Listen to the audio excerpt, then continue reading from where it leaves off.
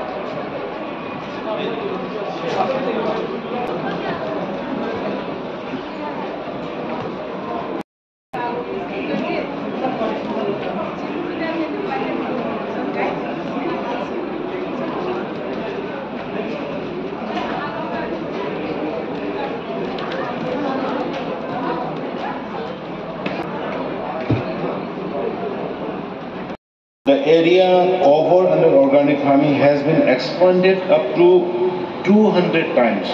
You will be surprised to know. From 2016 to then 21 and 22, the cover under organic farming has been expanded up to 200 times. That is 37,900 hectares. The state has been able to tap the demand for organic products of the state outside the country and is venturing into the global market space with the sole aim of providing remunerative prices for the farmer.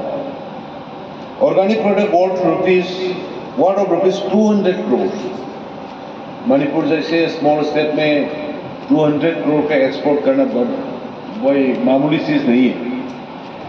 The organic product worth of rupees 200 crores have been sold in the last 6 years.